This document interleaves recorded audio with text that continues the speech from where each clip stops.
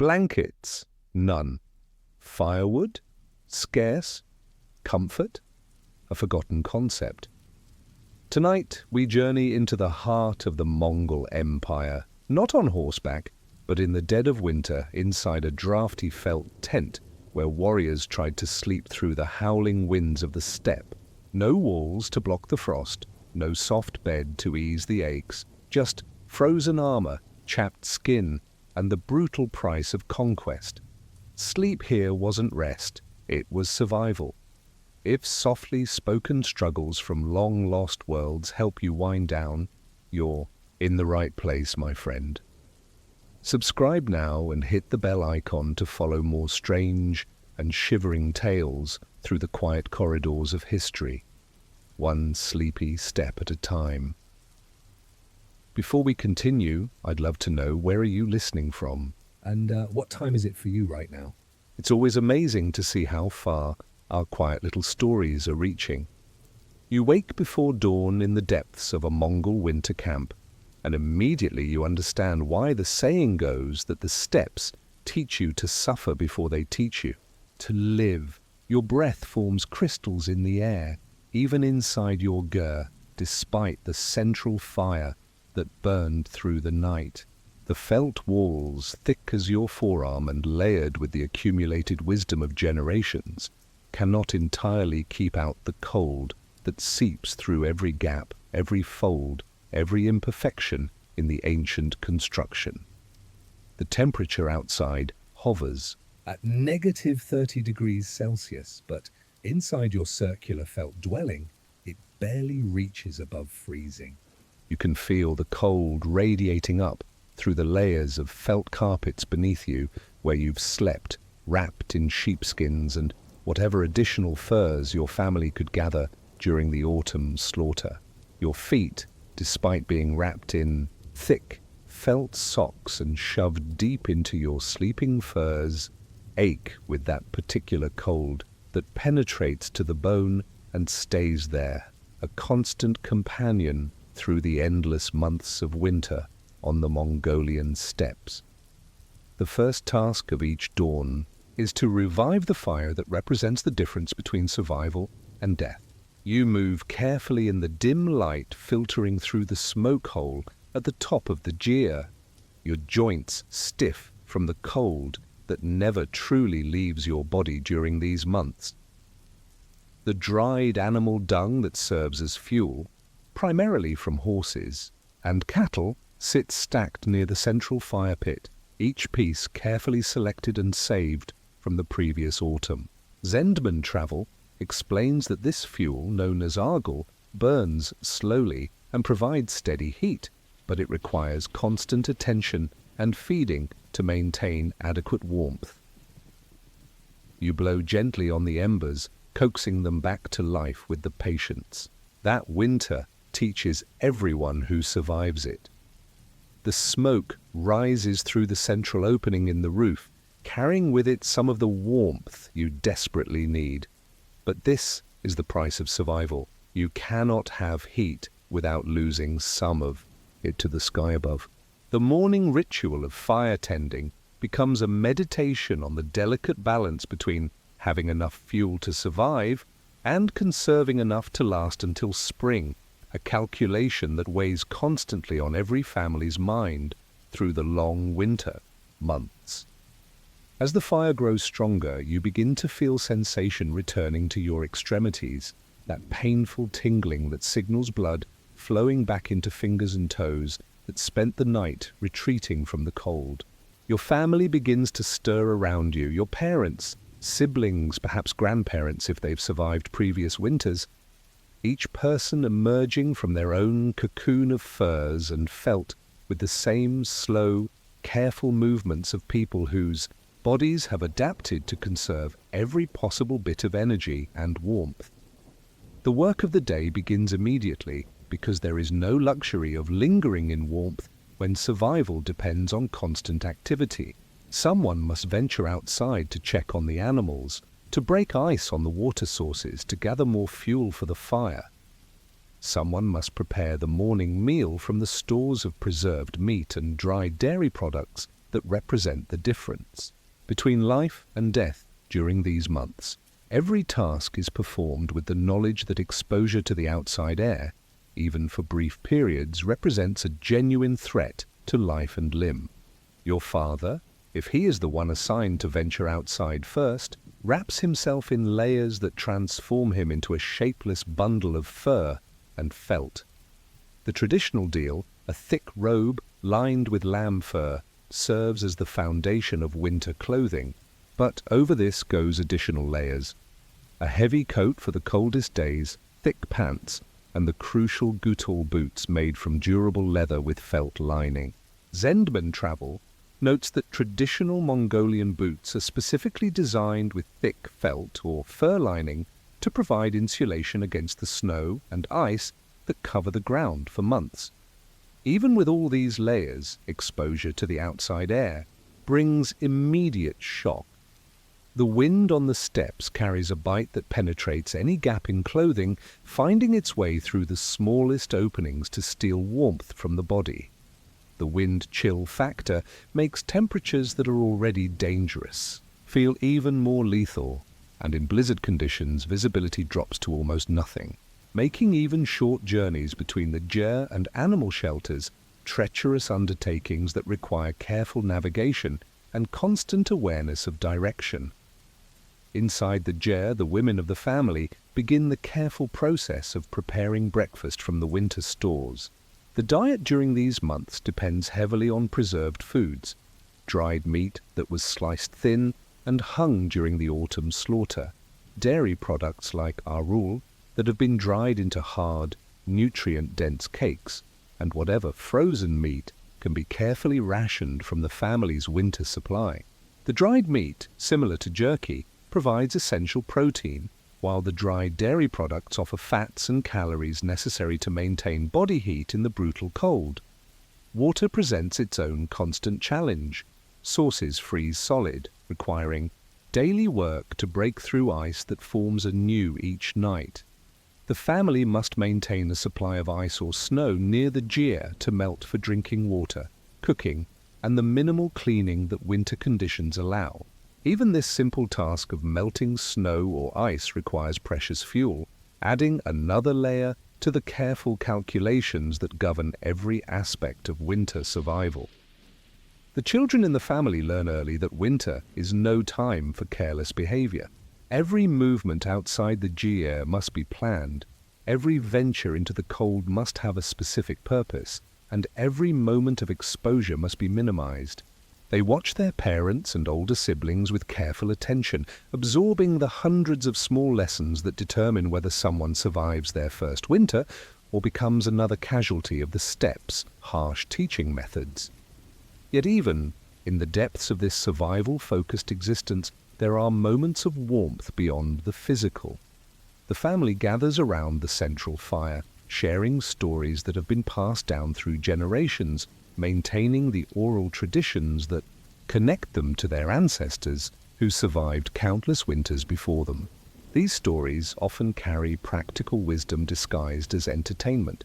Tales of clever herders who outwitted winter storms, legends of families who survived impossible hardships through cooperation and careful planning, and reminders of the signs and signals that experienced nomads use to predict and prepare for the worst weather. As the morning progresses and the sun rises over the endless white expanse of the winter steppes, you begin to understand that this is only the beginning of another day in a season that will test every aspect of your physical and mental endurance. The cold outside is not merely uncomfortable, it is an active enemy that never sleeps, never relents, and never forgives mistakes.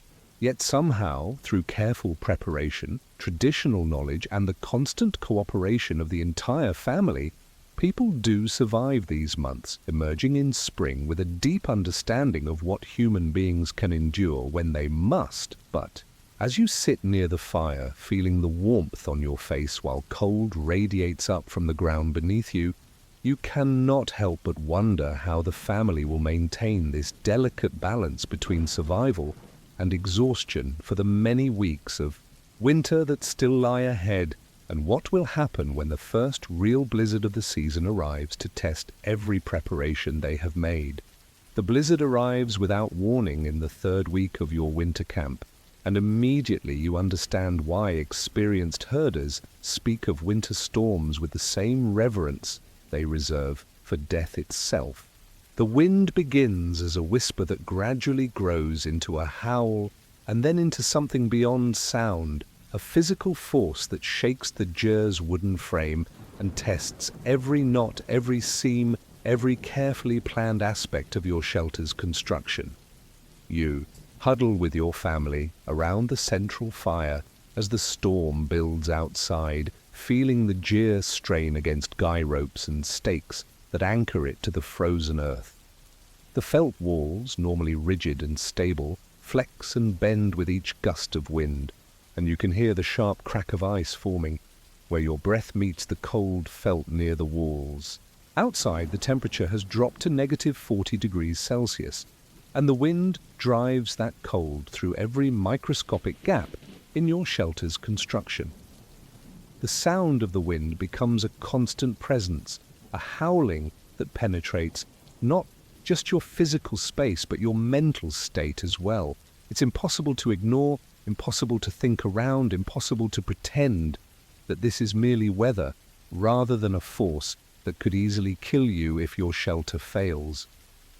Your father checks the fire constantly, feeding it precious fuel while calculating how long your supply must last. The smoke hole at the top of the gur, essential for ventilation, becomes a source of heat loss that must be balanced against the need to prevent carbon monoxide poisoning from the central fire.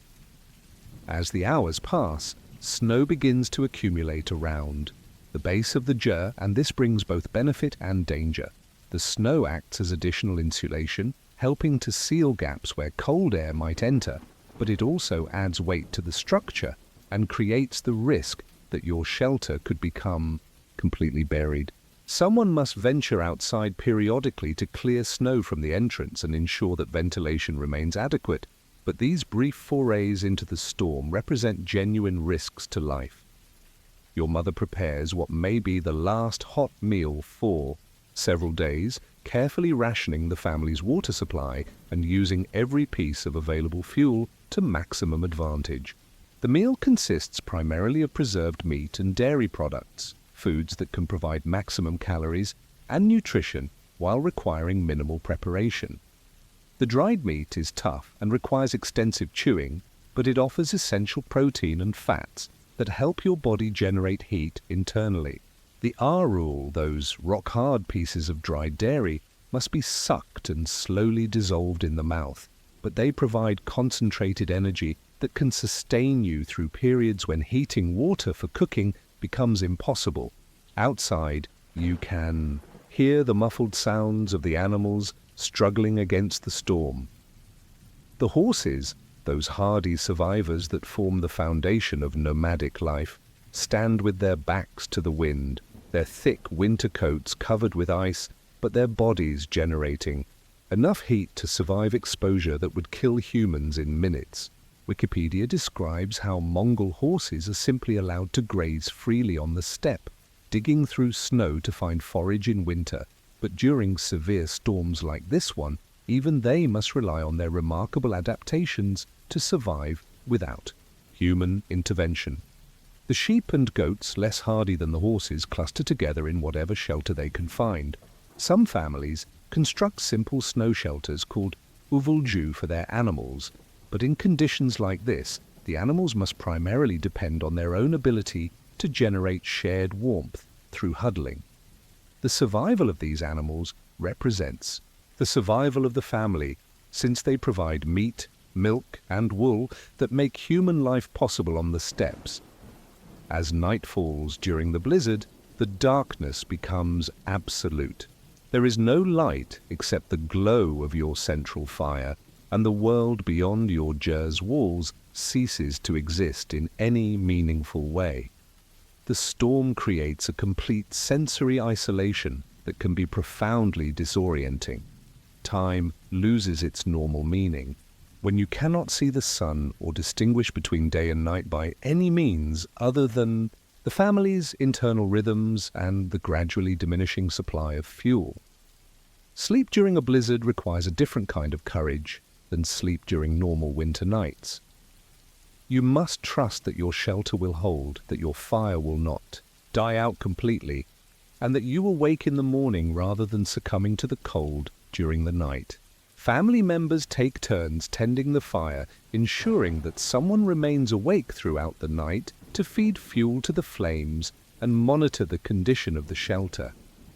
The psychological pressure of being trapped in a small space with your entire family, unable to venture outside, unable to engage in any of the normal activities that break up the monotony of winter survival, creates its own form of stress. Conversations become more important as a way of maintaining sanity and human connection. Stories, songs, and traditional riddles help pass the long hours and maintain the cultural knowledge that connects each generation to the wisdom of their ancestors. By the second day of the blizzard, water becomes a critical concern. The family's supply of melted snow and ice is running low, but venturing outside to gather more represents a serious risk. Someone must make the decision about when the need for water outweighs the danger of exposure, and this calculation involves not just immediate survival, but the family's ability to last through potentially several more days of storm conditions. The diet during a prolonged blizzard shifts to the most concentrated, high-calorie foods available. Dried meat becomes the primary sustenance, supplemented by small amounts of the precious dried dairy products that provide essential fats. Fresh food becomes impossible to prepare, and even heated food requires careful consideration of fuel costs. The family learns to extract maximum nutrition from minimal quantities of food, a skill that requires both traditional knowledge and careful attention to each person's physical condition. As the storm continues, you begin to understand that this experience represents a fundamental test of everything your family knows about winter survival. The preparations made during autumn, the quality of your shelter's construction, the adequacy of your food stores, the wisdom passed down through generations of winter survivors. All of these factors combine to determine whether your family will emerge from this blizzard intact or whether someone will pay the ultimate price for any inadequacy in preparation or judgment. The wind outside continues its relentless howling, and you realize that this storm has become a teacher in its own right, demonstrating lessons about survival, cooperation, and human endurance that cannot be learned in any other way. But as you listen to the wind and feel the cold seeping through the felt walls, despite all your family's preparations, you cannot help but wonder what will happen when the storm finally passes and you discover what damage it has done to your animals, your supplies, and your family's chances of surviving the remainder of this endless winter. When the blizzard finally exhausts itself after 4 days and 3 nights, the silence that follows feels almost supernatural. You emerge from your jar into a world transformed by snow and ice, where familiar landmarks have disappeared under drifts, and the landscape has become an alien expanse of white that challenges your ability to navigate even the short distance to your animal shelters. The temperature remains brutally cold, but without the wind, the air feels almost warm by comparison to the storm conditions you've endured. The first priority is assessing the damage and the survival of your animals. Your father, moving carefully through snow that reaches above his knees in many places, makes his way to where the horses should be gathered. You follow at a distance, learning by observation how an experienced herder evaluates the condition of animals after a severe storm. What you discover is both encouraging and sobering. The horses have survived, their remarkable winter coats covered with ice, but their bodies generating enough heat to maintain life. But several are showing signs of stress and exhaustion that will require careful monitoring in the days ahead. The sheep and goats present a more concerning picture. Several animals appear to have succumbed during the storm, their bodies now frozen solid in the snow. These losses represent not just immediate tragedy, but long-term implications for your family's ability to survive the remainder of winter and the following year. Each animal lost means less meat, less milk, less wool, and fewer offspring for rebuilding the herd. Your father's face shows the careful calculation of a man assessing whether his family's remaining resources will suffice to carry them through to spring. The water supply presents an immediate crisis. The family's carefully maintained sources have frozen solid during the storm, requiring extensive work to break through ice that has formed a considerable thickness. This labor, performed in the brutal cold, must be balanced against the need to conserve body heat and energy. Every swing of the axe against the ice represents calories burned, warmth lost, and energy that will need to be replaced from your dwindling food stores. Inside the jar, your mother and sisters work to assess the condition of your preserved food supplies. The dried meat and dairy products have remained intact, but the storm has depleted your fuel supply more rapidly than planned. The careful calculations that governed your family's winter preparations must now be recalculated based on the resources consumed during the blizzard and the remaining months of winter that lie ahead. The immediate post-storm period requires a different kind of survival strategy than the long-term endurance of normal winter conditions. Tasks that were merely difficult before the storm have now become dangerous undertakings that require careful planning and execution.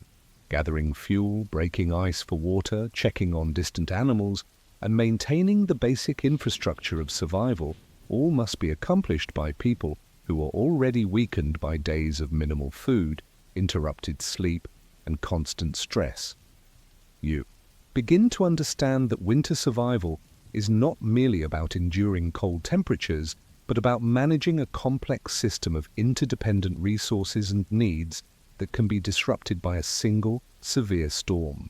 The blizzard has created new problems while exacerbating existing challenges, and your family must now adapt their survival strategy to account for changed circumstances while maintaining the discipline and cooperation that winter demands. The psychological impact of surviving a severe blizzard brings its own set of challenges. The relief of having endured the storm is tempered by the knowledge that winter is far from over, and that another such storm could arrive at any time. The constant vigilance required for winter survival becomes even more intense after experiencing firsthand how quickly conditions can become life-threatening. As the days following the blizzard pass, you observe how your family adjusts their daily routines to account for the new realities created by the storm. Water must be gathered more frequently because sources freeze more quickly in the severely cold air. More time must be spent checking on animals because the stress of the storm has made them more vulnerable to illness and injury. More fuel must be gathered and carefully conserved because the supply has been depleted beyond the normal calculations of winter usage. The social dynamics within your family also shift in response to the stress of survival. Everyone becomes more focused on essential tasks with less energy available for conversation, play, or the small comforts that make winter bearable. Yet paradoxically, the shared experience of surviving genuine danger together also strengthens the bonds between family members, creating a deeper appreciation for the cooperation and mutual dependence that makes life possible in such harsh conditions. Your understanding of time itself changes during this period. Days are measured not by the movement of the sun, which remains weak and distant even when visible, but by the completion of essential tasks and the careful rationing of resources. Each day survived becomes a small victory. Each successful completion of necessary work becomes a step closer to the eventual arrival of spring. The landscape around your winter camp tells its own story of survival and loss. Scattered across the snow are signs of the storm's impact, broken branches that might serve as additional fuel, animal tracks that indicate which creatures survived, and where they might be found, and the subtle changes in snow and ice patterns that experienced herders learn to read as indicators of weather, wind direction, and the likelihood of future storms. As weeks pass following the blizzard, you develop a deeper appreciation for the accumulated wisdom that guides traditional winter survival strategies.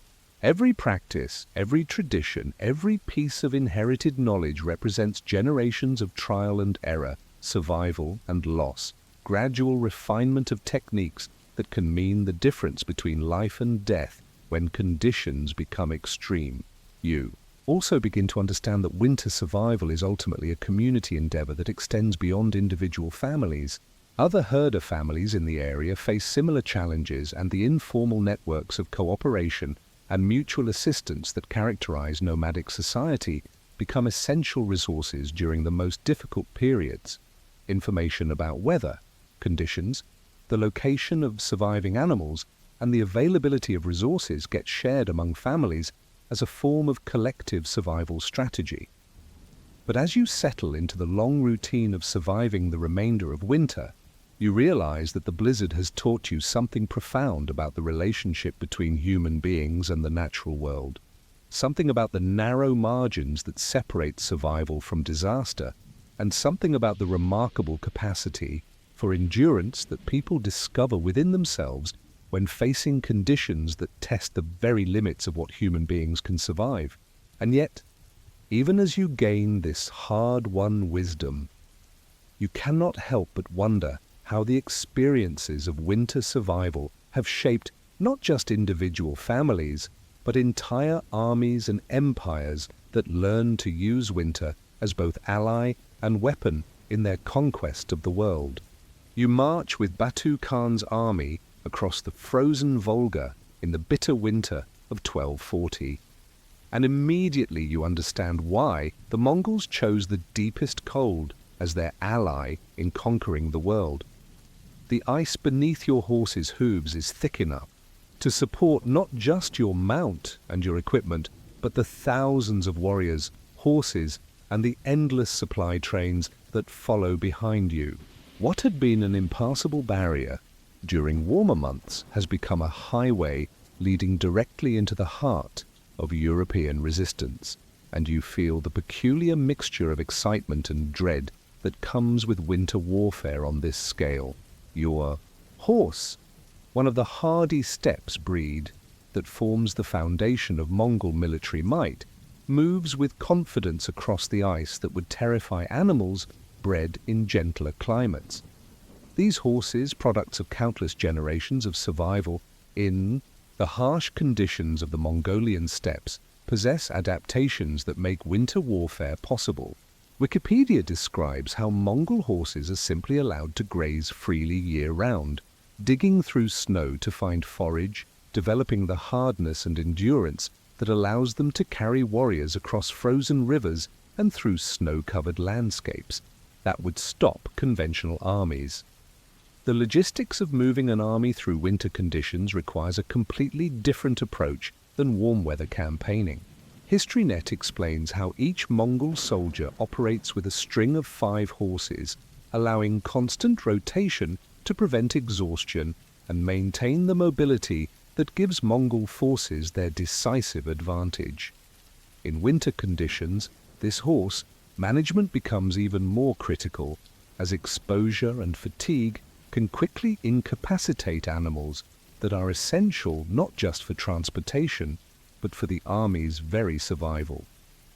The cold around you is not merely uncomfortable, it is a tactical factor that influences every aspect of military operations.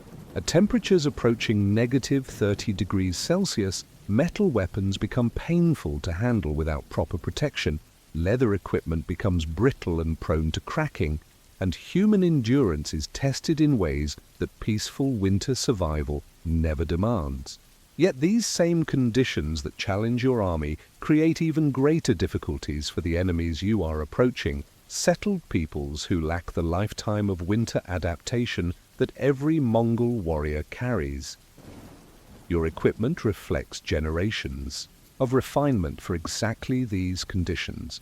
The traditional deal, a thick robe lined with fur, provides the foundation for winter campaigning gear, but over this you wear additional layers specifically designed for mounted warfare in extreme cold. Ancient Origins notes that Mongols utilized two types of coats, a heavy coat for colder seasons and a lighter coat for wet conditions, demonstrating the sophisticated understanding of weather adaptation that characterized Mongol military equipment.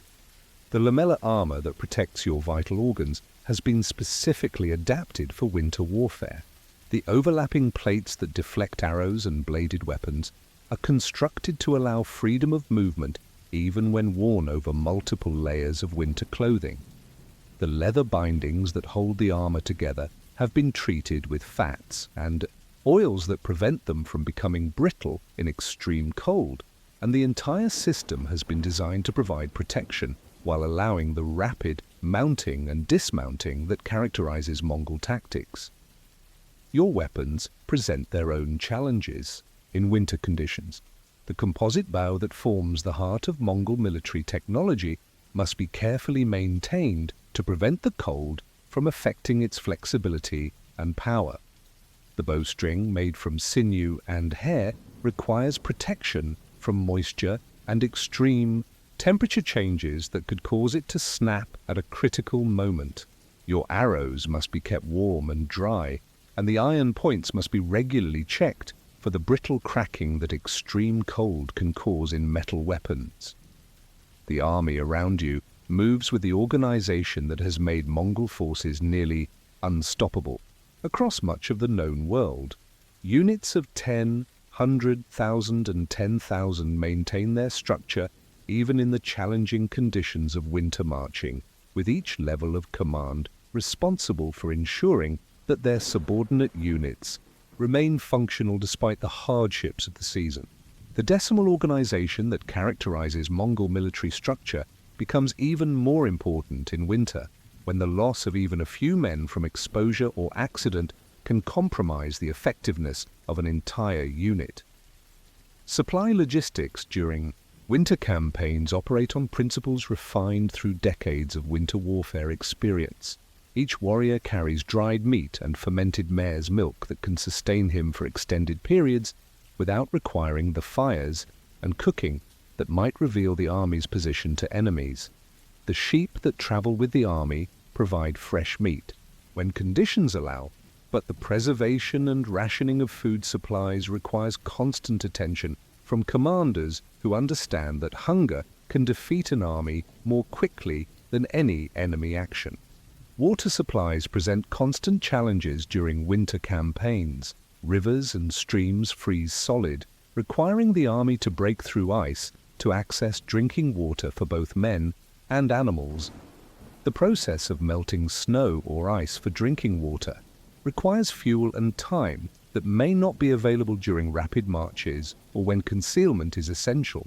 Leaders must balance the army's water needs against the operational requirements of maintaining speed and stealth. The horses' needs become the dominant factor in planning winter campaigns. These animals must find adequate grazing despite snow, cover, require protection from the worst wind and storms, and need regular rest to prevent the exhaustion that can quickly incapacitate the foundation of Mongol military power.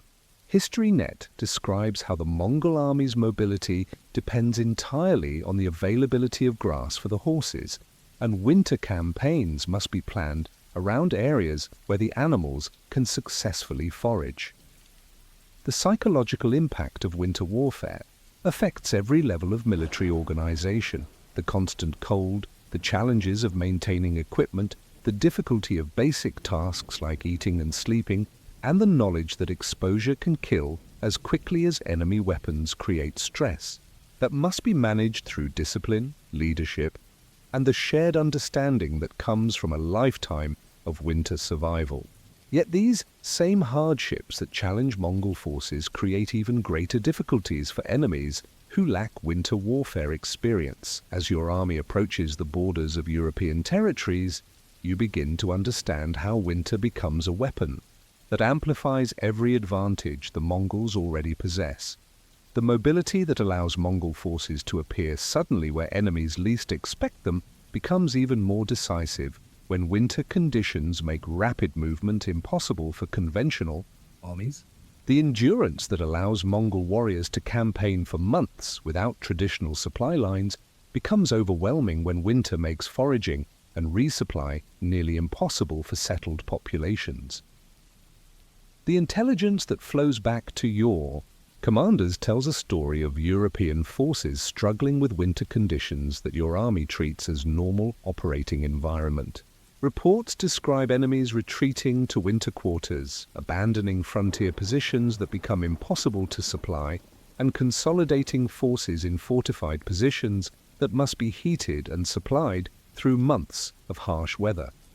These conditions that weaken and constrain European military options provide opportunities for Mongol forces that understand how to exploit winter as an ally rather than merely endure it as an obstacle.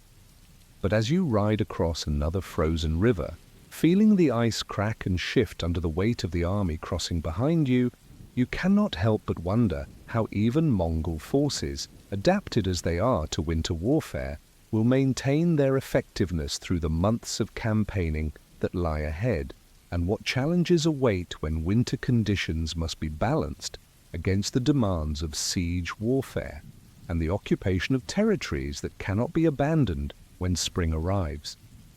The siege of Kiev in December 1240 teaches you that winter warfare requires different tactics than the rapid raids and open field battles that made Mongol armies legendary across the steppes. You find yourself part of a massive force surrounding one of Europe's greatest cities, but instead of the swift victory that characterized earlier campaigns, you face the grinding reality of conducting siege operations in conditions where the cold becomes as much an enemy as the defenders behind the city walls. The siege engines that your engineers construct must be adapted for winter conditions that European siege warfare has never adequately addressed. The wood for constructing catapults and siege towers becomes brittle in extreme cold, requiring careful selection and treatment to prevent catastrophic failure at critical moments. The ropes and leather components that provide the torsion and flexibility essential for siege engines must be protected from moisture and temperature changes that can cause them to snap under load, potentially injuring the crews operating them. Nature describes how the winter of 1241-42 initially favored Mongol movement by allowing armies to cross frozen rivers, but later created difficulties as severe cold and storms limited military operations. This pattern becomes evident as your army settles into siege positions around Kiev, where the advantages that winter provides for rapid movement give way to the challenges of maintaining a static military operation in brutal conditions.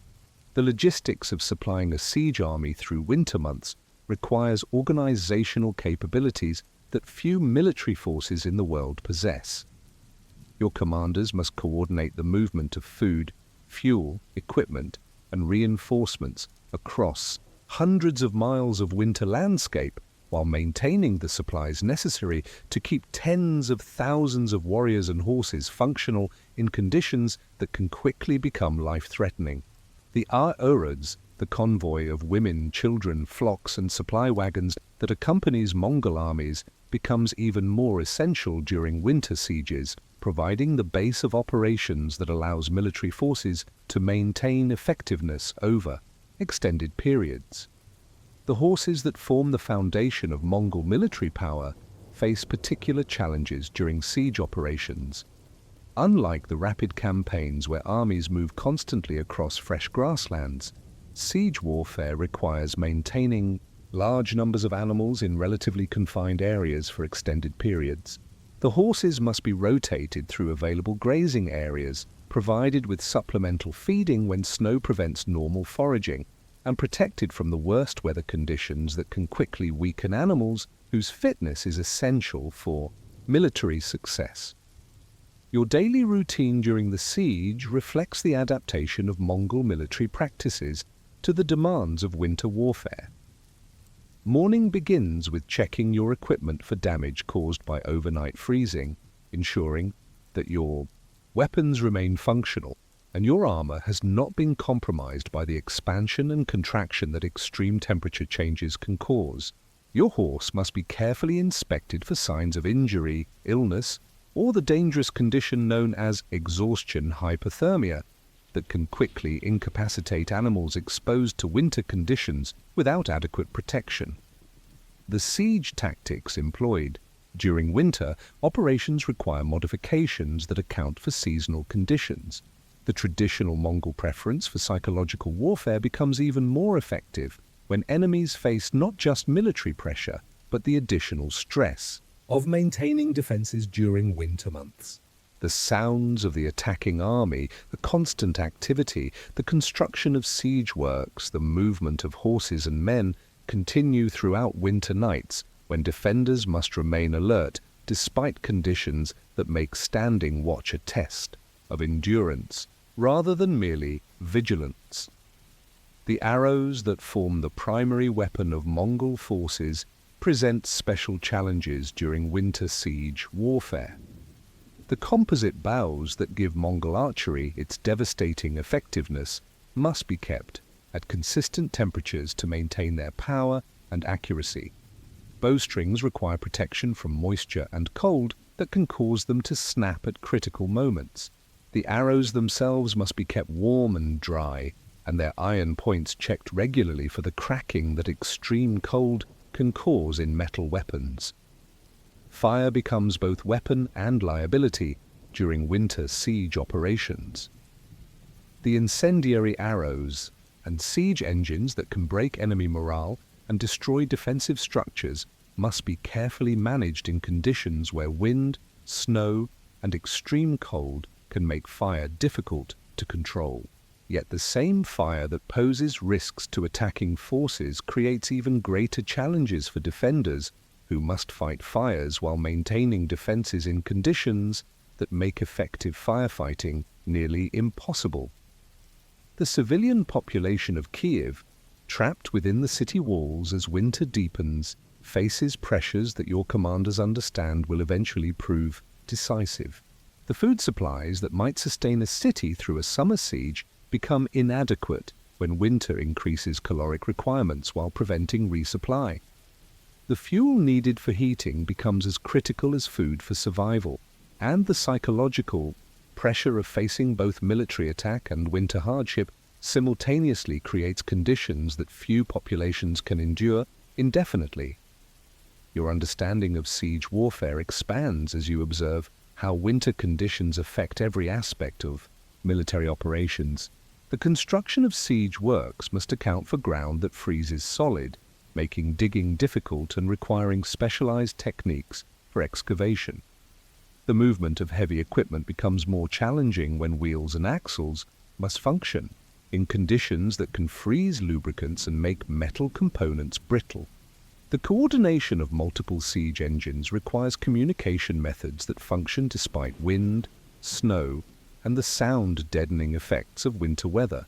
The intelligence gathering that guides siege operations takes on different characteristics during winter campaigns. Scouts and spies face increased risks from exposure and hypothermia, but they also find opportunities created by winter conditions that force defenders to alter their normal patterns of activity. The smoke from fires necessary for winter survival reveals information about the location and strength of defensive positions, while the tracks in snow provide intelligence about movement patterns and supply routes that might remain hidden during warmer seasons. As weeks pass and the siege continues through the depth of winter, you begin to understand how winter warfare tests not just individual endurance, but the organizational capabilities that distinguish successful armies from those that collapse under environmental pressure. The Mongol military system, developed through generations of winter survival and warfare on the steppes, provides advantages that become decisive when enemies lack similar adaptation to extreme conditions. The medical challenges of winter siege warfare require knowledge and techniques that few armies possess. frostbite, hypothermia, and the various injuries caused by extreme cold must be treated using methods developed through generations of winter experience. The traditional Mongol understanding of how to maintain human health during extended exposure to harsh conditions becomes a military advantage when enemies lack similar knowledge and resources.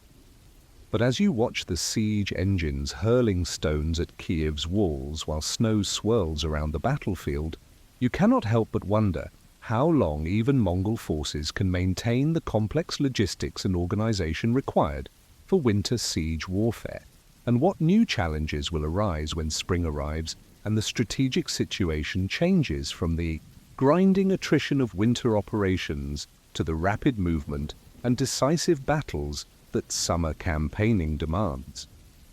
The fall of Kiev in December 1240 marks the moment when you fully understand that winter has become the Mongols' most powerful ally in their conquest of Europe.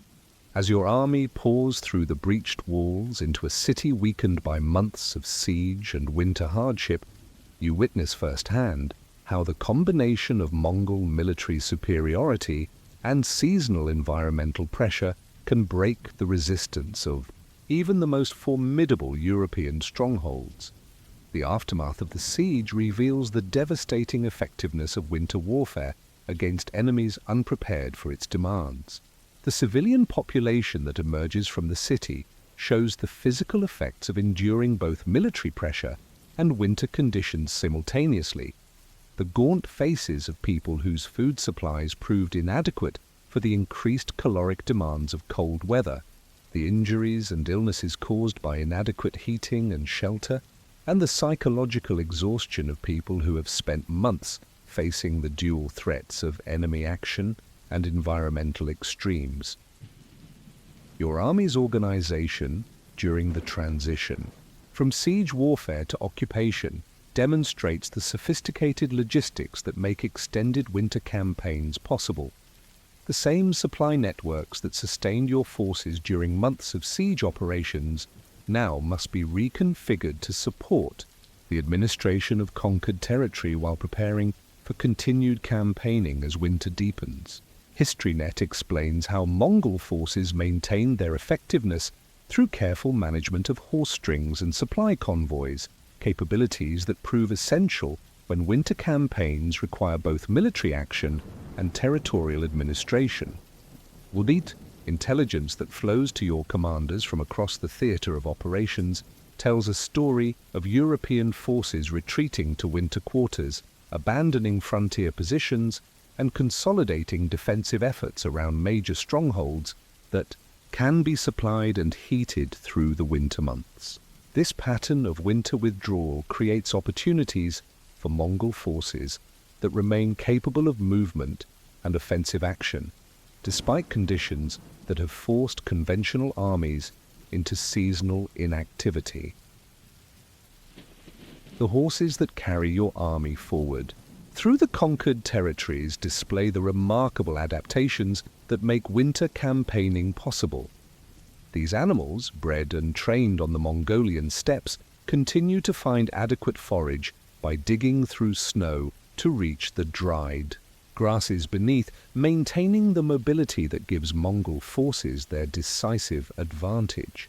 Wikipedia describes how these horses are second only to goats in winter resilience among nomadic livestock, a hardiness that proves essential when European campaigns must continue through months that would immobilize conventional cavalry forces.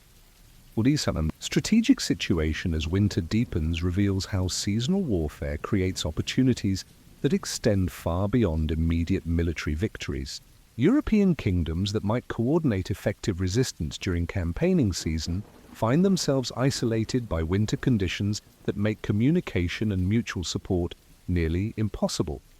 The roads that carry messengers and supplies during warmer months become impassable barriers, while the rivers that serve as natural defensive lines become highways for Mongol forces comfortable with winter travel. Your understanding of winter warfare expands as the army prepares for the next phase of the campaign, the advance toward Hungary. that will test Mongol capabilities against different terrain and climate conditions. The logistics of moving tens of thousands of warriors, horses, and support personnel across the Carpathian Mountains in winter represents a challenge that few military organizations could contemplate. Yet your commanders approach it with the confidence that comes from generations of winter survival and warfare experience. The equipment adaptations that make winter campaigning possible become even more critical as the army prepares for mountain warfare. The traditional Mongol preference for mobility and speed must be balanced against the need for additional cold weather gear and supplies required for high-altitude operations. Each warrior's load must include not just weapons and armor, but the specialized clothing and equipment necessary for survival in conditions that can become life-threatening with little warning.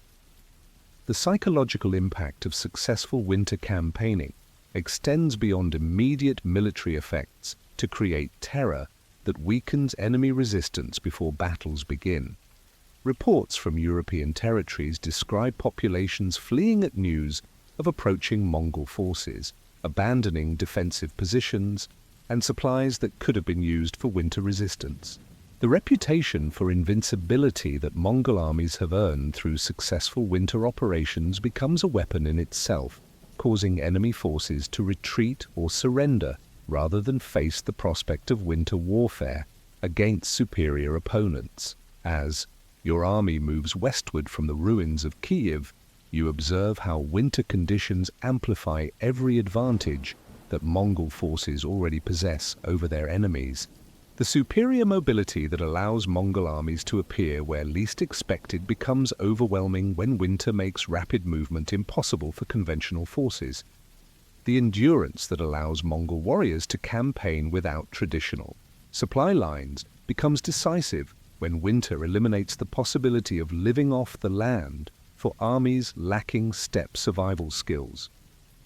The intelligence networks that support Mongol campaigns adapt to winter conditions by utilizing the same skills that nomadic peoples use for winter survival and navigation. Scouts and messengers who understand how to read weather signs, find shelter, and maintain direction during blizzards provide information that allows Mongol commanders to exploit weather conditions while enemies remain blind to changing circumstances.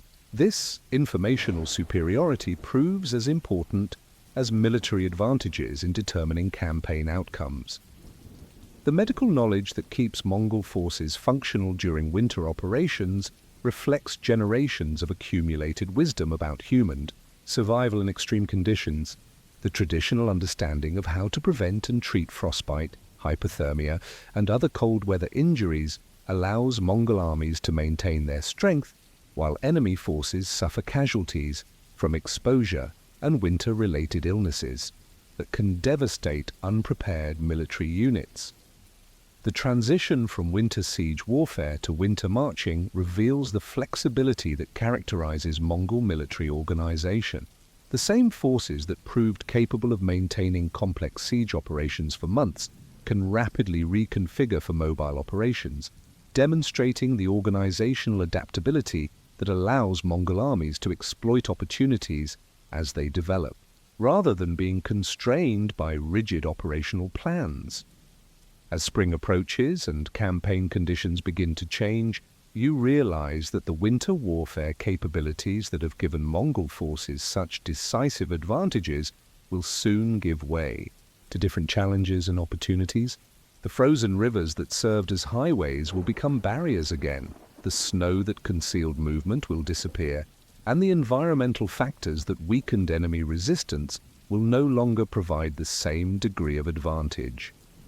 The lessons learned during months of winter warfare become part of the institutional knowledge that makes Mongol armies increasingly effective with each campaign.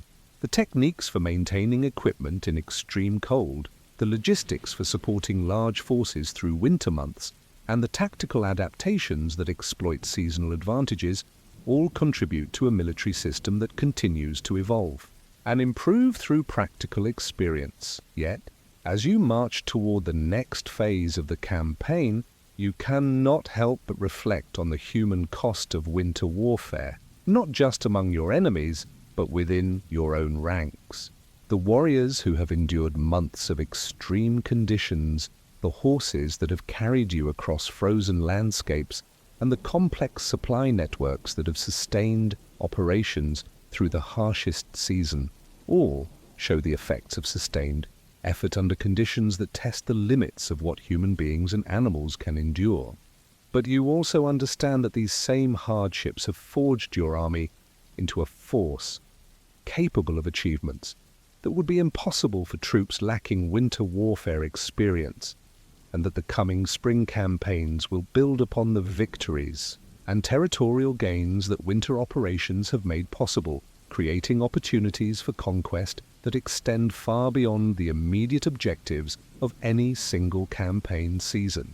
You stand at the edge of your family's autumn camping ground in October, watching the last of the grass turn brown, while your father studies the sky with the intensity of a man whose life depends on reading signs that others might miss entirely. The decision facing your family is one that nomadic herders have confronted for thousands of years. Whether to move the animals to winter pastures now, while travel is still relatively safe, or wait for more definitive signs that winter is truly approaching.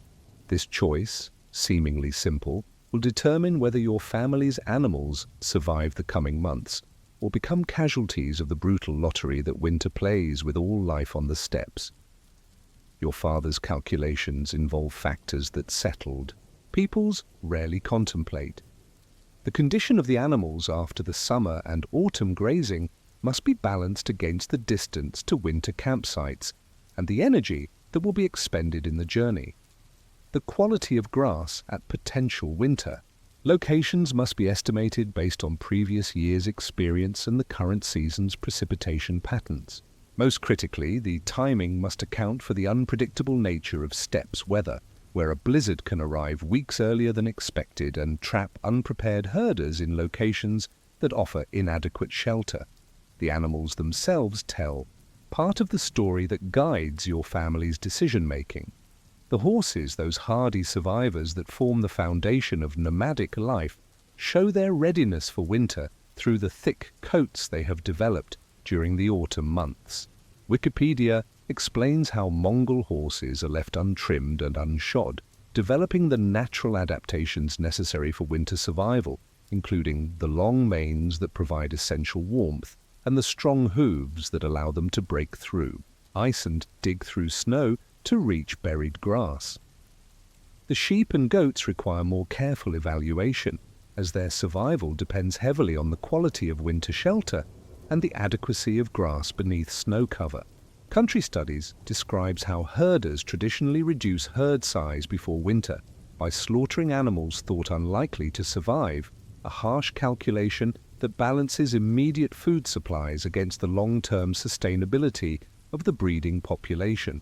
Your father examines each animal with the practiced eye of someone whose family's survival depends on accurate assessment of livestock condition and winter prospects.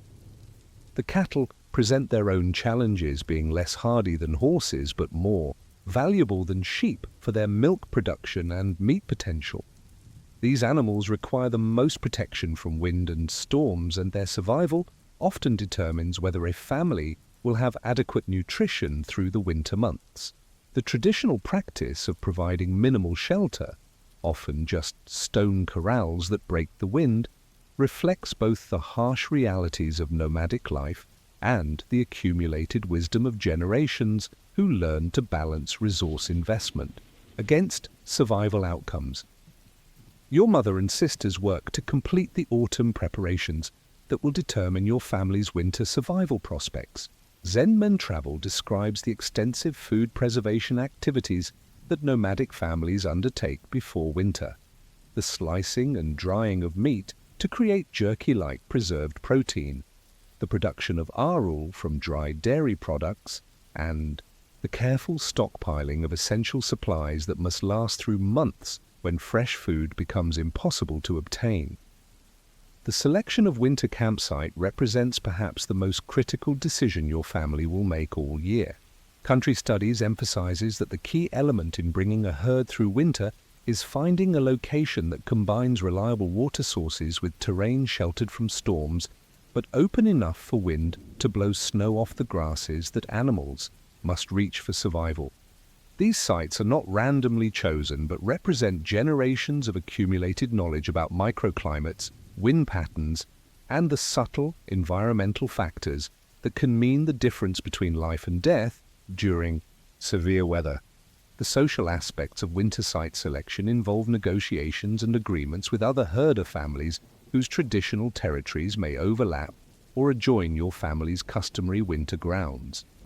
The informal but carefully maintained systems of grazing rights and seasonal territories that govern nomadic life become essential during winter, when the carrying capacity of the land drops dramatically and competition for the best winter sites can determine which families prosper and which suffer losses that may take years to recover from. As your family loads the essential possessions onto pack animals and begins the journey toward winter quarters, you observe the careful balance between mobility and preparedness that characterizes nomadic life. Everything that cannot be easily transported must be either cached for later retrieval or abandoned entirely, while everything that is carried must justify its weight against the energy required to transport it. The ger itself, that ingenious combination of collapsible wooden framework and felt covering, represents the culmination of nomadic engineering, a dwelling that provides essential shelter while remaining portable enough for seasonal migrations. The journey to winter grounds tests both human and animal endurance before the real trials of winter begin. The routes between seasonal pastures have been refined through generations of use, following paths that minimize danger while providing access to water and emergency shelter. Yet these traditional routes must be constantly re-evaluated based on current conditions. Recent storms that may have made sections impassable, changes in water sources, or signs that other herders have already claimed the most desirable winter sites. Your understanding of landscape reading expands as you follow your father's guidance toward winter quarters.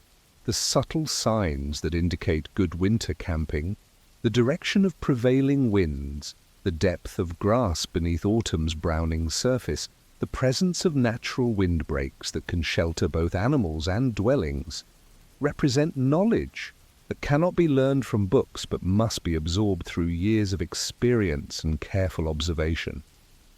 The first nights of the journey toward winter grounds provide a preview of the challenges that lie ahead. Temperatures that were merely cool during late autumn become genuinely cold as elevation increases and exposure to wind intensifies. The animals must be carefully managed to prevent exhaustion while ensuring they receive adequate grazing during stops. The humans must balance the need for rest against the urgency of reaching winter sites before weather conditions make further travel dangerous. The psychological preparation for winter begins during this journey as family members mentally adjust from the relative abundance and freedom of summer grazing to the constrained, survival-focused existence that winter demands. Conversations during evening camps around small fires begin to focus on the practical matters of winter survival, the rationing of food supplies, the rotation of animal care duties, and the maintenance of equipment that must function reliably through months of harsh conditions. Weather signs become subjects of constant attention and discussion as the family travels toward winter quarters. Cloud formations, wind direction changes, the behavior of wild animals, and the subtle shifts in temperature and humidity that can indicate approaching storms all require interpretation by people whose lives depend on accurate weather prediction.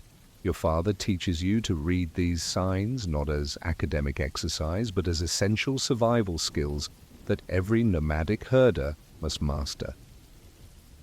But as your family approaches the traditional winter camping area and begins the process of establishing the shelter and animal management systems that must sustain you through the coming months, you cannot help but wonder whether this year's preparations will prove adequate when winter arrives in earnest, and what challenges await families whose survival depends on decisions made before anyone can truly know what the steps winter will demand. The first dzud of your young life arrives in January with a cruelty that teaches you why nomadic herders speak of winter disasters with the same reverence they reserve for death itself. You wake to discover that overnight temperatures have plummeted to levels that transform your familiar winter camp into an alien landscape of ice and snow, where survival becomes a minute-by-minute calculation rather than the steady endurance that has characterized the winter months so far. Dzud, the Mongolian term for a winter disaster that combines severe weather with catastrophic livestock losses, creates conditions that can destroy generations of careful herd management in a matter of days. Yale Environment 360 describes how Mongolia's nomadic herders face savage dzud winters that can kill millions of livestock, representing not just immediate tragedy, but the destruction of entire ways of life that depend on animal husbandry for survival. The immediate crisis centers on your family's animals, whose condition deteriorates with shocking rapidity as the dzud intensifies. The horses that seemed hardy and well prepared for normal winter conditions now struggle against wind-driven snow that cuts visibility to mere feet and creates drifts that block access to the grass they need for survival. These animals, normally capable of digging through moderate snow cover to reach forage, find themselves facing ice-crusted snow layers that their hooves cannot penetrate, leaving them without access to the food that has sustained them through previous winter months. Your father's face shows the strain of calculations that no herder wants to make, which animals can be saved and which must be sacrificed to preserve the core breeding stock that represents your family's future. Wikipedia notes that during dzud conditions, cattle typically die first, then sheep, then horses, and finally goats, a hierarchy of survival that reflect each species' adaptation to extreme conditions. This knowledge, accumulated through generations of winter disasters, guides the terrible decisions that herders must make when resources become inadequate for saving all animals. The sheep and goats, gathered into whatever shelter your family could construct, huddled together in desperate attempt to share body heat and survive conditions that push these animals beyond their biological limits. The Uvalju snow shelters that provide adequate protection during normal winters prove insufficient against the extreme winds and temperatures that characterize dzud conditions. Some animals begin to show signs of exhaustion hypothermia, a condition that can kill quickly once animals lose the ability to generate adequate body heat. The cattle, least adapted to extreme conditions, become the first casualties of the dzud. These valuable animals, whose milk production and meat potential represent significant portions of your family's wealth and nutrition, simply cannot survive the combination of severe cold, inadequate food access, and the energy demands of fighting wind and snow. Their deaths represent immediate tragedy and long-term consequences that will affect your family's survival prospects for years to come. Inside your jur, the human challenges of surviving dzud conditions test every aspect of traditional winter preparation. The central fire that normally provides adequate warmth becomes insufficient against cold that penetrates through felt walls and radiates up from ground that has frozen to depths that make normal heating impossible. Your family huddles around the fire in layers of fur and felt, but even so, maintaining body temperature requires constant vigilance and the careful conservation of body heat through positioning and shared warmth. Food rationing becomes critical as the dzud extends beyond the few days that normal winter storms typically last. The preserved meat and dried dairy products that constitute your family's winter stores must be carefully managed to last through an extended emergency whose duration cannot be predicted. Zendeman Travel explains that traditional preservation methods create foods that can sustain families through extended hardship, but even these carefully prepared supplies have limits when consumption must increase to help bodies generate heat in extreme conditions. Water becomes a critical concern as sources freeze solid, and the energy required to melt snow or ice for drinking strains your family's fuel supplies beyond normal calculations. Every drop of water for drinking, cooking, or minimal cleaning must be obtained by melting snow or breaking through ice, activities that consume precious fuel while exposing family members to dangerous cold during the collection and preparation process. The psychological pressure of disud conditions affects every member of your family differently.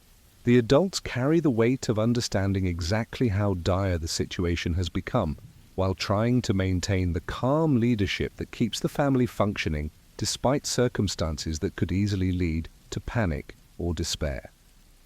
The constant sound of wind, the knowledge that animals are dying outside, and the uncertainty about how long these conditions will continue create stress that must be managed alongside the physical challenges of survival. Your understanding of nomadic life deepens as you observe how your family adapts traditional survival strategies to meet the extreme demands of dzud conditions. Every practice, every tradition, every piece of inherited knowledge gets tested against circumstances that push survival techniques beyond their normal applications. The flexibility and resourcefulness that characterize nomadic culture become essential qualities when standard approaches prove inadequate for exceptional circumstances. The social networks that connect nomadic families become lifelines during disud emergencies. Information about weather conditions, animal survival strategies, and the availability of emergency resources gets shared among families facing similar crises. This mutual assistance, deeply embedded in nomadic culture, provides psychological support and practical knowledge that can make the difference between survival and catastrophe when individual families face challenges beyond their resources. Medical knowledge becomes essential as family members face increased risks of frostbite, hypothermia, and the various injuries that extreme conditions can cause. Traditional understanding of how to prevent and treat cold weather injuries must be applied under circumstances that make even basic medical care challenging. The herbs and remedies that nomadic families maintain for winter health problems become more important when professional medical assistance is impossible to obtain. Equipment failure during dzud conditions can quickly become life-threatening. The careful maintenance of heating systems, clothing and shelter components that might be merely inconvenient problems during normal winter becomes critical when the margin between survival and death narrows to the functionality of essential gear.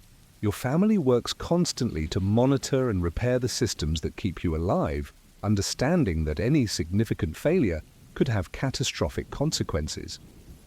As the dzud continues day after day, you begin to understand that this experience represents more than simply bad weather.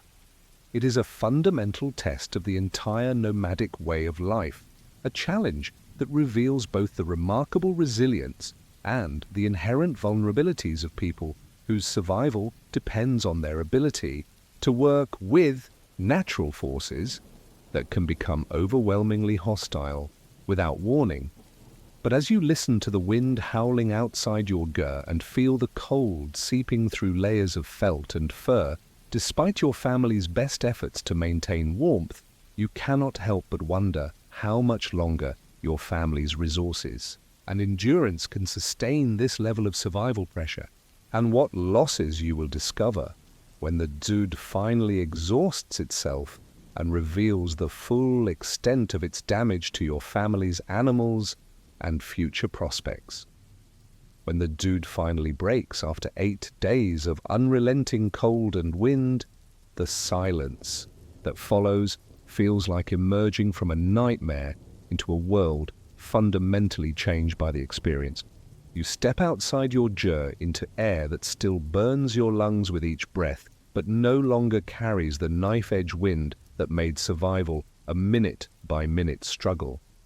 The landscape around your winter camp tells a story of destruction that will reshape your family's life for years to come.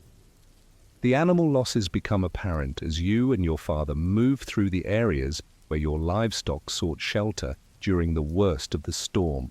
More than half of your sheep have perished, their bodies now frozen solid in positions that tell the story of their final attempts to find warmth and shelter.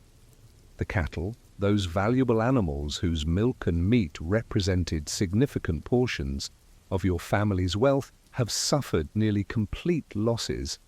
Only the hardiest horses and goats have survived, and even these survivors show signs of severe stress that will affect their productivity and breeding potential. Your father's assessment of the damage reflects the accumulated wisdom of someone who has witnessed previous desert disasters and understands their long-term implications. Yale Environment 360 reports that desert winters can kill millions of livestock across Mongolia, representing not just immediate tragedy, but the destruction of herders' livelihoods and the traditional nomadic economy that depends on animal husbandry for survival. The losses your family has suffered place you among thousands of herder families facing similar devastation across the steppes. The immediate aftermath of Dzud requires a complete recalculation of survival strategies for the remainder of winter. With dramatically reduced animal numbers, your family's access to fresh meat, milk, and wool has been severely compromised. The careful balance between consuming current food stores and preserving breeding stock for future recovery becomes even more critical when the foundation of nomadic wealth, the animals themselves, has been catastrophically reduced. The surviving animals require intensive care to recover from the stress and exposure they have endured. The horses, though more resilient than other livestock, show signs of weight loss and exhaustion that will limit their usefulness for transportation and work. The remaining sheep and goats need careful monitoring to prevent secondary deaths from stress-related illnesses that can follow major environmental trauma. Every surviving animal becomes precious beyond its normal value, representing not just immediate resources, but the possibility of rebuilding the herd over the years required for recovery. Your mother's management of food supplies takes on new urgency as the family faces the remainder of winter with reduced resources and fewer sources of fresh nutrition. The preserved meat and dairy products that were carefully rationed for a normal winter must now be stretched to compensate for the loss of animals that would have provided fresh milk and occasional meat during the remaining winter months. The calculations that govern food consumption become more stringent, requiring discipline that tests the family's ability to balance immediate survival needs against long-term nutritional requirements. The social implications of desert losses extend beyond your immediate family to affect the entire network of relationships that characterize nomadic society. Other families in your area have suffered similar losses, creating a community-wide crisis that requires mutual assistance and resource sharing that goes beyond normal patterns of cooperation. Country Studies describes how nomadic society developed practices for collective survival that become essential during disasters that affect entire regions simultaneously. The economic impact of Dzud becomes apparent as your family contemplates the years required to rebuild animal numbers sufficient to support traditional nomadic life. Young animals that would have been born in spring from the breeding stock lost during the Dzud represent future wealth that will never materialize. The milk production that sustains families through summer months will be dramatically reduced. The wool that provides essential materials for clothing and shelter has been lost along with the sheep that produced it. Your understanding of nomadic resilience expands as you observe how your family begins the process of recovery, even while still enduring the remainder of winter.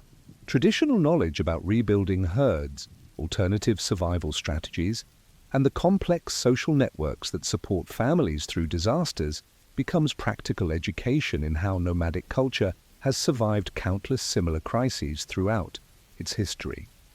The flexibility and adaptability that characterize nomadic life prove essential when standard approaches to herding and survival must be modified to account for drastically changed circumstances. The psychological recovery from Dzud. Trauma requires acknowledgement of losses while maintaining the mental strength necessary for continued survival.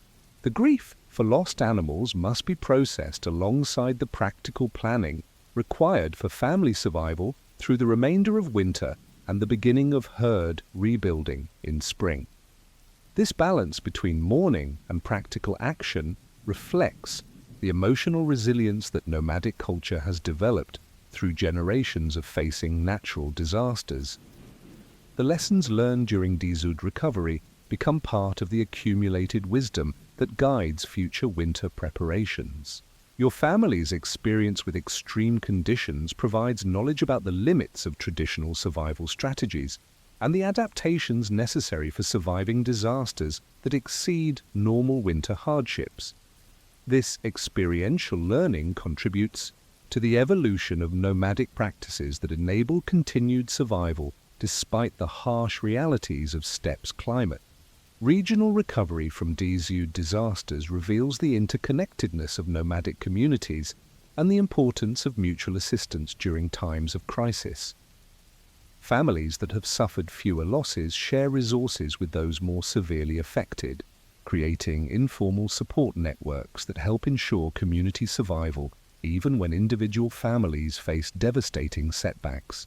This cooperation reflects cultural values that prioritize collective survival over individual advantage during emergencies. Government and international assistance programs, where they exist, provide additional resources for Dzud recovery, but these external supports must be integrated with traditional survival strategies rather than replacing them entirely.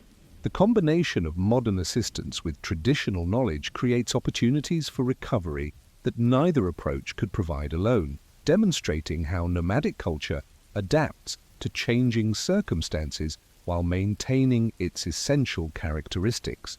As spring approaches and your family begins to plan for the grazing season that will determine your recovery prospects, you realize that the Dzud has taught you fundamental lessons about the relationship between human beings and the natural environment, about the resilience required for survival in harsh conditions, and about the importance of community cooperation during times of crisis. The experience has aged you beyond your years, providing wisdom about survival and adaptation that can only be gained through direct experience of life-threatening hardship. The animals that survived the Dzud will form the foundation for rebuilding your family's herd, but this process will require years of careful management, strategic decisions about breeding and resource allocation, and the continued cooperation of weather conditions that allow normal nomadic life to resume.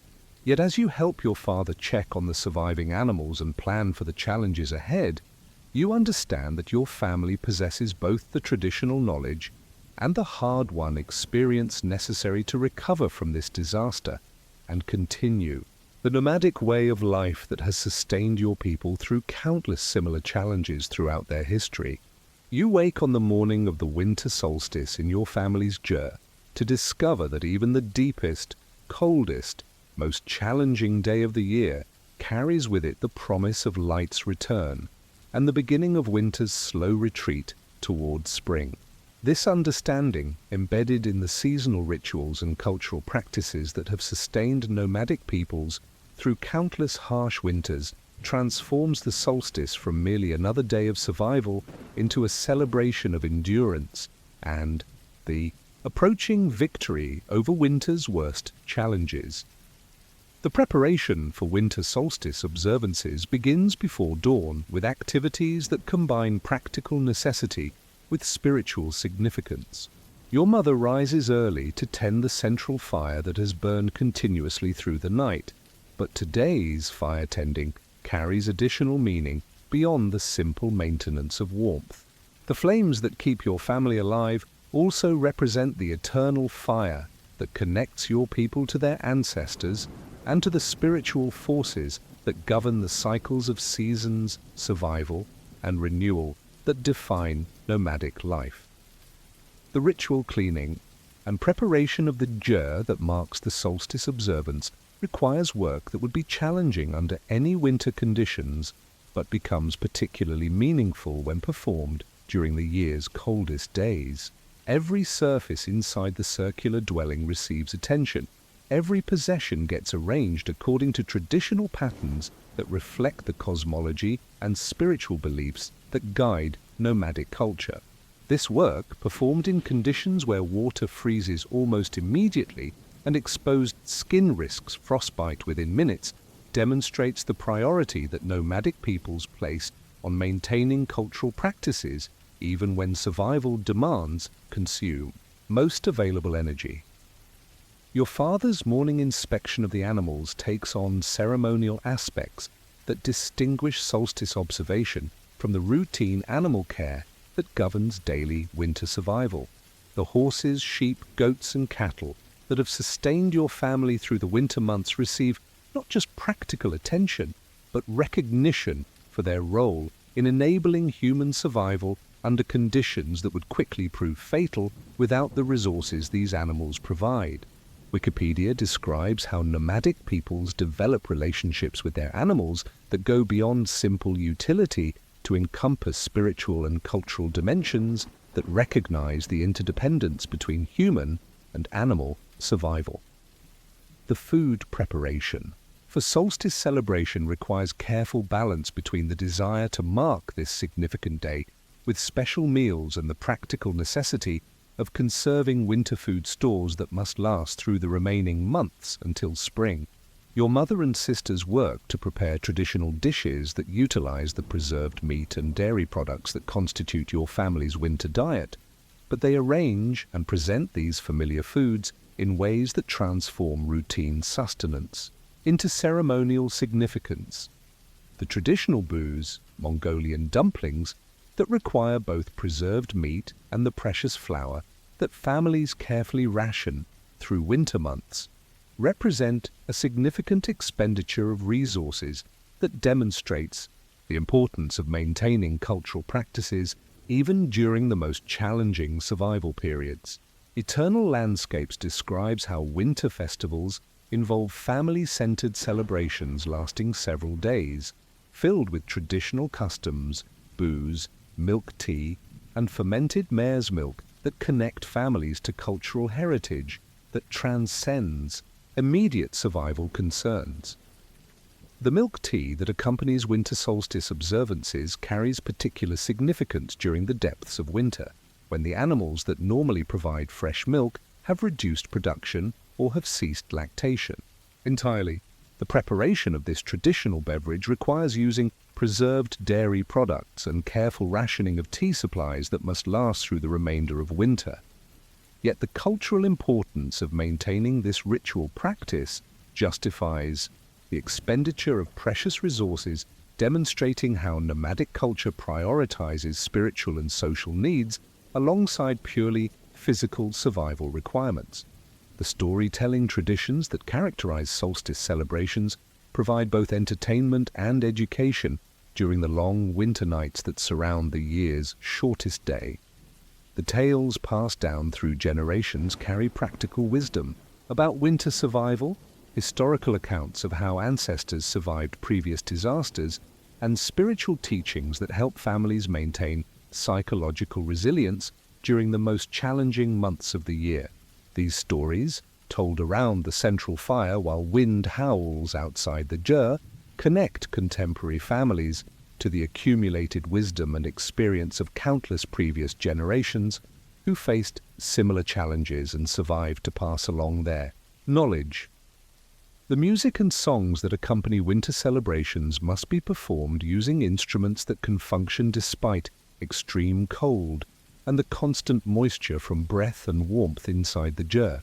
Traditional Mongolian instruments designed for nomadic life provide entertainment and cultural connection that helps maintain community bonds during the isolated months when families spend most of their time focused on individual survival rather than broader social interaction.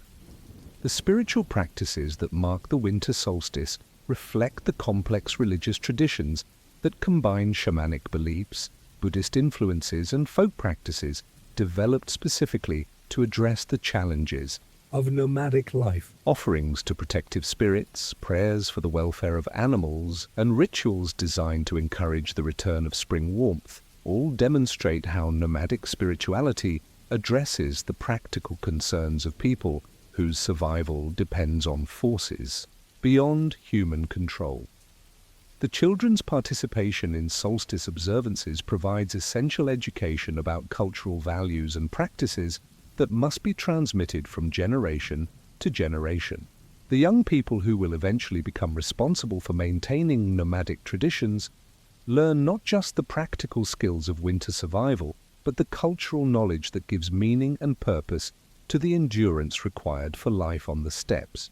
This education, conducted under conditions where survival takes priority over most other activities, demonstrates the fundamental importance that nomadic culture places on maintaining continuity with ancestral traditions.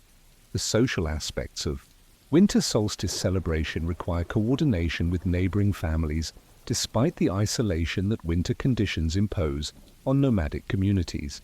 Visiting between families, sharing of special foods, and collective participation in larger celebrations all depend on weather conditions that allow safe travel between winter campsites.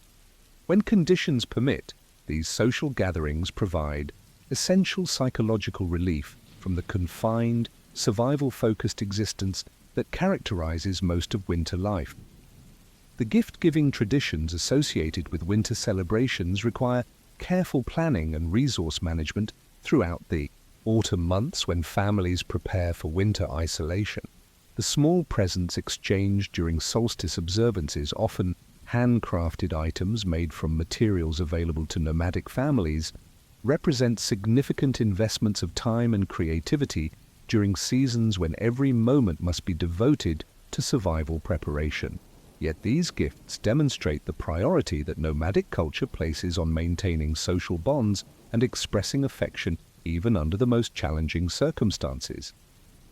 The astronomical knowledge required to accurately observe the winter solstice reflects the sophisticated understanding of seasonal cycles that nomadic peoples have developed through generations of careful observation. The ability to recognize the year's shortest day and the beginning of winter's retreat towards spring provides both practical guidance for survival planning and spiritual significance for people whose entire way of life depends on understanding and working with natural cycles. But as you participate in your family's solstice observances, warming yourself by the ceremonial fire while eating traditional foods and listening to ancient stories, you cannot help but wonder how these cultural practices have managed to survive through countless harsh winters and what role they will play in sustaining your people through the challenges that still lie ahead before spring finally arrives to release the steppes from winter's grip. The Tsagaan Sa preparations that begin in the depths of winter transform the final weeks before spring into a period of intensive cultural activity that provides psychological relief from months of survival-focused existence. You participate with growing excitement in the elaborate preparations for Mongolian Lunar New Year, understanding that this celebration represents not just the approach of spring, but the renewal of social connections and cultural practices that winter's isolation has necessarily constrained. The cleaning and preparation rituals that precede Tsagaan Sa require transforming your family's ger from a survival shelter focused purely on maintaining warmth and conserving resources into a ceremonial space worthy of receiving guests and celebrating the year's most important holiday. Every surface inside the circular dwelling receives meticulous attention. Every possession gets arranged according to traditional patterns that reflect the cosmological beliefs underlying nomadic spirituality. This transformation accomplished despite continuing cold and the practical challenges of winter life, demonstrates the fundamental importance that nomadic culture places on maintaining connections to ancestral traditions. Selena Travel describes how Mongolian winter preparation involves time-honored rituals and modern strategies that embrace the season as a way of life rather than merely enduring it as hardship. The Tsagaan Sar preparations exemplify this approach, transforming winter's final weeks from simple survival into active celebration of cultural renewal and community connection. The food preparation for Tsagaan Sar requires careful balance between traditional requirements and the practical limitations imposed by winter resource constraints. The special dishes that mark this celebration, particularly the elaborate arrays of traditional sweets and the ceremonial presentations of preserved meat and dairy products, demand significant expenditure of materials that families have carefully rationed through the winter months. Yet the cultural importance of properly observing Tsagaan Sar justifies these expenditures, demonstrating how nomadic priorities extend beyond immediate survival to encompass the spiritual and social needs that give meaning to existence. The traditional arul, those hard, nutrient-dense cakes made from dried dairy products, receive special attention during Tsagaan Sar preparations. These foods, which have sustained your family through winter months as practical survival rations, become ceremonial offerings that connect contemporary celebrations to the pastoral foundations of nomadic life. The arrangement and presentation of arul in elaborate patterns reflects artistic traditions that transform functional foods into expressions of cultural identity and spiritual devotion. The preparation of new clothing for Tsagaan Sar challenges families to create celebratory garments despite the limited materials and difficult working conditions that characterize winter life. The traditional deal that serves as formal wear for the holiday requires fabrics, furs, and decorative elements that families must either preserve from previous seasons or create during winter months when working with materials becomes particularly challenging due to cold temperatures and limited light. The social coordination required for Tsagaan Sar celebrations tests the communication networks that connect nomadic families despite winter isolation. Plans for visiting, gift exchange, and collective ceremonies must be arranged despite weather conditions that can make travel dangerous and communication difficult. Mongolian secret history explains that traditional Tsagaan Sar celebration involves 3-5 days of eating and drinking with family, with rituals to greet the sunrise on the first day, requiring extensive coordination among extended family members who may be scattered across vast winter territories. The livestock preparation for Tsagaan Sar involves ensuring that animals will be available to provide fresh milk and meat for holiday celebrations. This requires careful management of breeding cycles and animal health to ensure that dairy production resumes at the appropriate time and that animals selected for slaughter are in adequate condition despite months of winter stress. The timing of these agricultural activities must be coordinated with astronomical and cultural calendars that govern the proper observance of traditional holidays. The spiritual preparations for Tsagaan Sar combine Buddhist practices with older, shamanic traditions that address the specific challenges and opportunities of nomadic life. The rituals designed to ensure good fortune for the coming year, protection for animals and family members, and the proper relationship between human activities and natural forces all require specialized knowledge and ceremonial objects that families must maintain despite the practical challenges of nomadic winter life. The gift preparation that accompanies Tsagaan Sar celebrations requires months of planning and creation during the limited free time available between essential survival tasks. Traditional gifts, often handcrafted items made from wool, leather, wood, and metal available to nomadic families, represent significant investments of creativity and labor during seasons when every moment might be needed for immediate survival needs. These gifts demonstrate the priority that nomadic culture places on maintaining social relationships and expressing affection even under the most challenging circumstances. The astronomical observations that determine the precise timing of Tsagaan Sa reflect the sophisticated understanding of celestial cycles that nomadic peoples have developed through generations of careful attention to seasonal changes.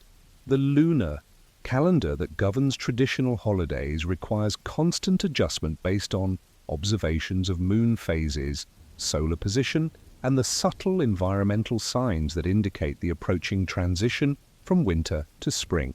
This knowledge, passed down through generations of nomadic astronomers and spiritual leaders, provides both practical guidance for agricultural timing and spiritual framework for understanding humanity's place in natural cycles. The poetry and song preparation for Tsagaan Sa involves memorizing and practicing the traditional verses that accompany holiday celebrations. These cultural expressions, performed around fires in gurs across the steppes, maintain linguistic traditions and historical memories that connect contemporary nomadic families to their ancestral heritage. The effort required to maintain these artistic traditions during winter months when survival takes priority over cultural activities demonstrates the fundamental importance that nomadic society places on preserving knowledge and identity across generations. The children's education during Tsagaan Sa preparation provides essential training in cultural practices that they will eventually be responsible for maintaining. Young people learn not just the practical skills required for holiday preparation, but the cultural values and spiritual beliefs that give meaning to these elaborate observances. This education, conducted under conditions where survival skills take obvious priority, demonstrates how nomadic culture ensures continuity with ancestral traditions while adapting to changing circumstances. The extended family coordination required for proper Tsagaan Sa observance tests the social networks that connect nomadic communities across vast geographical areas. Messages must be sent between winter camps to coordinate visiting schedules, arrange for gift exchanges, and ensure that ceremonial requirements are met despite the isolation that winter conditions impose on individual families. This communication, accomplished through traditional methods that function despite harsh weather, maintains social bonds that provide essential support during both celebration and crisis. The economic calculations involved in Tsagaan Sa preparation require balancing the cultural importance of proper celebration against the practical necessity of conserving resources for continued winter survival and spring preparations. Families must decide how much of their carefully hoarded winter stores to expend on holiday foods, how much precious fuel to use for extended celebrations, and how much energy to devote to ceremonial activities rather than essential survival tasks. These decisions reflect cultural priorities that value spiritual and social needs alongside purely physical survival requirements. The weather monitoring that precedes Tsagaan Sa becomes even more critical as families plan activities that require travel between winter camps and extended outdoor ceremonies. The ability to predict weather conditions accurately enough to ensure safe travel and successful celebrations requires the same skills that nomadic peoples use for survival throughout winter, but applied to the specific timing requirements of cultural observances rather than immediate necessity. The hospitality preparations for Tsagaan Sa challenge families to create welcoming environments for guests, despite the confined spaces and limited resources that characterize winter life. The transformation of survival-focused jurs into ceremonial spaces worthy of receiving visitors requires not just physical rearrangement, but psychological adjustment from months of isolation and resource conservation to periods of generous sharing and social celebration. The traditional games and competitions that accompany Tsagaan Sa provide physical activity and entertainment that help relieve the psychological stress of months spent in confined spaces, focused primarily on survival.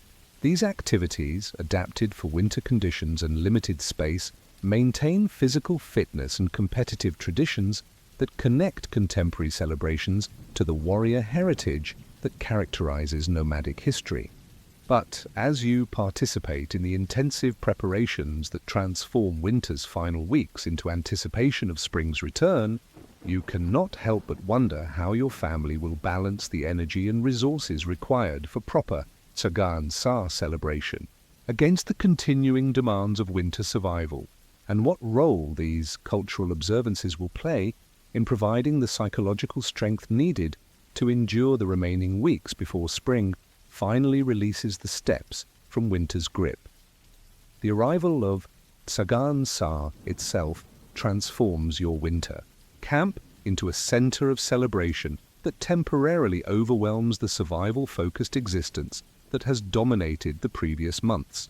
You wake before dawn on the first day of Mongolian Lunar New Year to participate in the traditional sunrise greeting ceremony, stepping outside your jur into air that still burns your lungs, but now carries the subtle promise of spring's approach and winter's gradual retreat.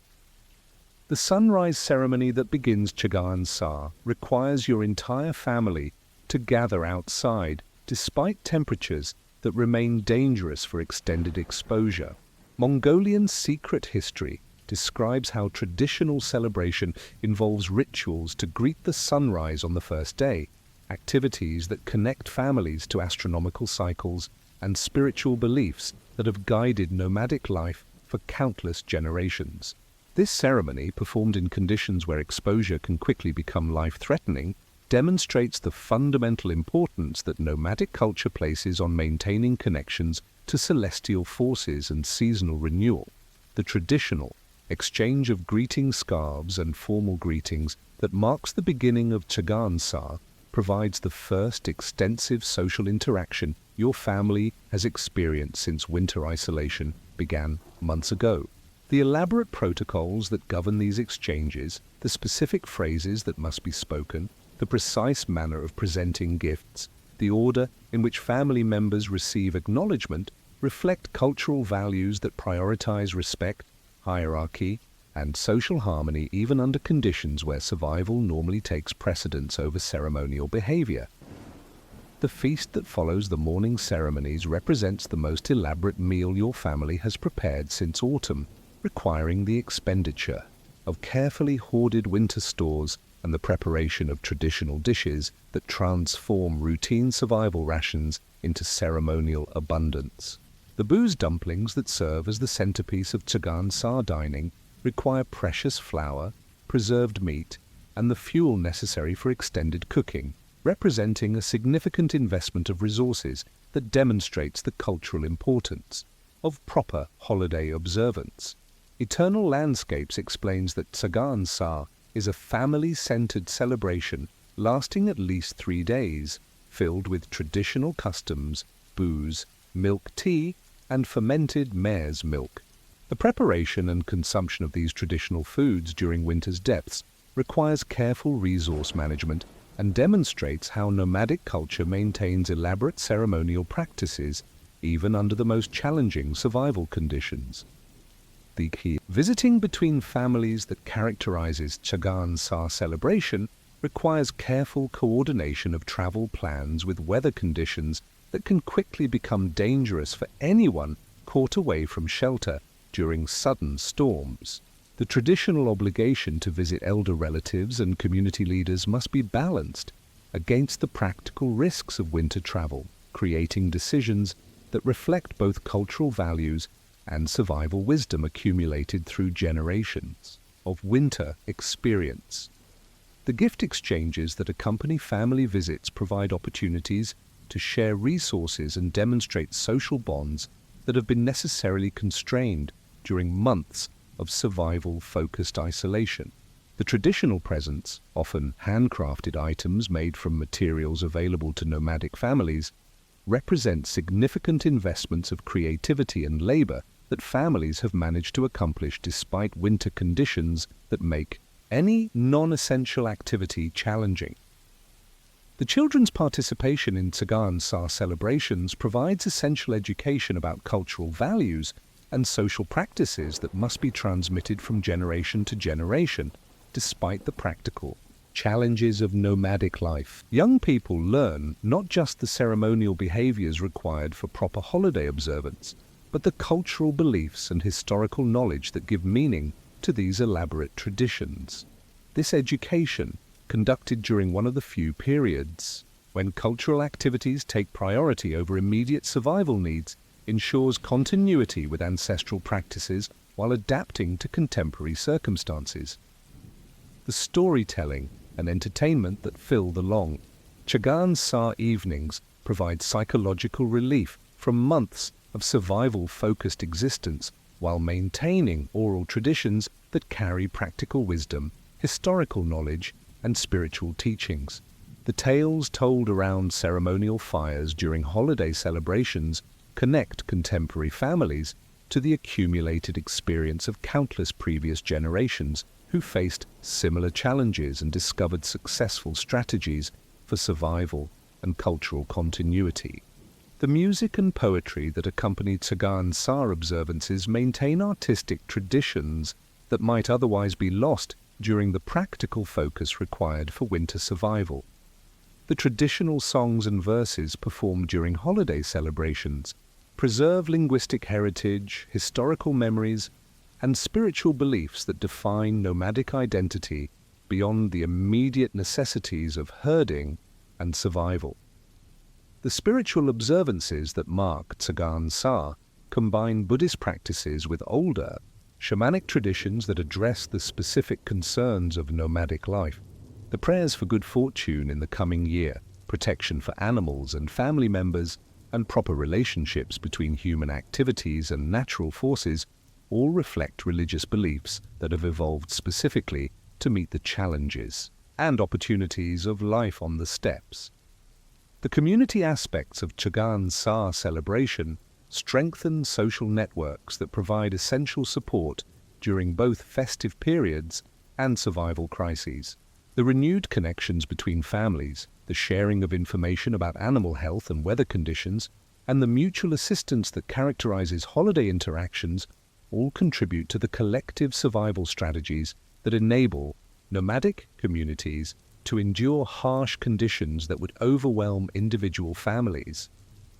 The economic dimensions of Tsagaan Sa observance demonstrate how nomadic culture balances material and spiritual needs even under conditions where resource scarcity makes every expenditure significant. The willingness to use precious winter stores for holiday celebrations, to expend energy on ceremonial activities rather than purely practical tasks, and to invest time in social activities rather than survival preparation reflects cultural priorities that value community welfare alongside individual survival.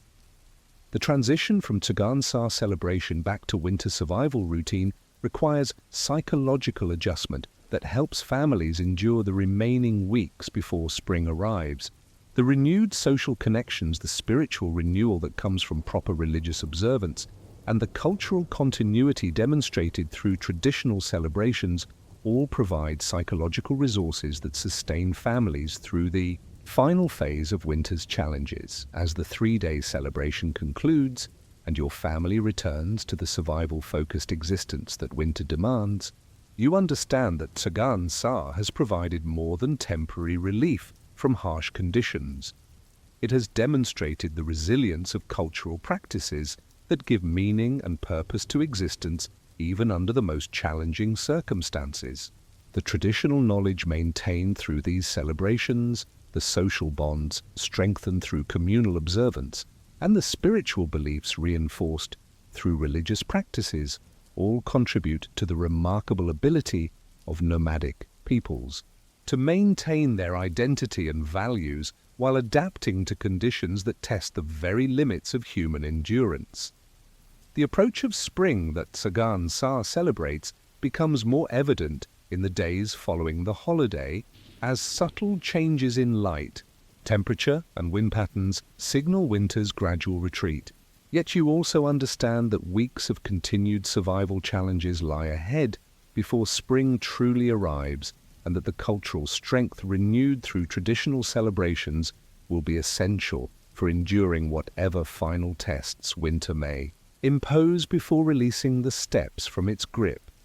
The accumulated wisdom gained through months of winter survival, the practical skills, the cultural knowledge, the social cooperation, and the spiritual resilience that have sustained your family through the harshest season becomes part of your permanent understanding of what human beings can endure and achieve when they combine individual determination with collective wisdom, traditional knowledge with adaptive innovation, and material survival with spiritual purpose. But as you settle back into winter routine while watching for the first signs of spring's approach, you realize that this experience has taught you fundamental lessons about the relationship between human culture and natural environment, about the importance of community cooperation during times of challenge, and about the remarkable capacity for resilience that people discover within themselves when facing conditions that test every aspect of human endurance and adaptability.